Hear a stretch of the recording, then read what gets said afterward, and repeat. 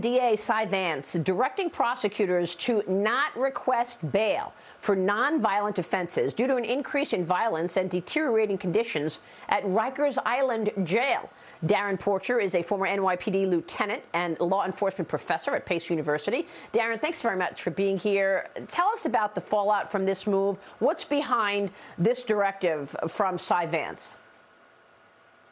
Well, I think that this is purely a political move. Alexandria Ocasio-Cortez has come out publicly and stated that all inmates, the 6,000 inmates on Rikers Island, should be released. There are some real issues in place in connection with Rikers Island. However, at the same token, we should not suffer public safety as a result of releasing these inmates. We need to better the facility of Rikers Island, and putting these violent inmates back out into society is doing a disservice to the law-abiding citizens.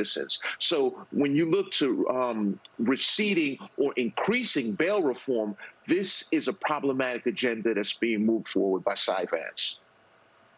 Darrin, let's be clear. Rikers Island has already lessened capacity in a huge way. It used to have 9,000 occupants in Rikers Island, and there has been a movement to get everybody out so that they could close down Rikers Island. So, I mean, we know that that's the motive, and we've already seen what that means on the streets of New York. We've had crime skyrocket. They want to let all 6,000 of the criminals out again. And by the way, look at this amazing video we have, Darrin. It shows at least 3 culprits robbing a Northern Illinois Ulta beauty supply store in broad daylight. They recognize that there is no consequence for breaking the law, so they're out just stealing stuff in the Ulta beauty store in broad daylight. Your thoughts? Criminals are acting with impunity based on the unwillingness to put in place the necessary ramifications within the criminal justice system. It's happening in New York, it's happening in Chicago, and we're forgetting about the rights of the law-abiding citizens, and we're protecting the criminals, and this needs to stop. We need to do a reset. However, the current administrations in both Chicago, New York, and even the president have not gotten the message. So as a result, we are suffering. How do we do a restart, Darrin? Let's face it. I mean, Kamala Harris on the campaign trail says she thinks it worked really well. She wants to have no bail throughout the country, not just New York and L.A. Kamala Harris is taking a political position because, if you remember, she was the state attorney general in California.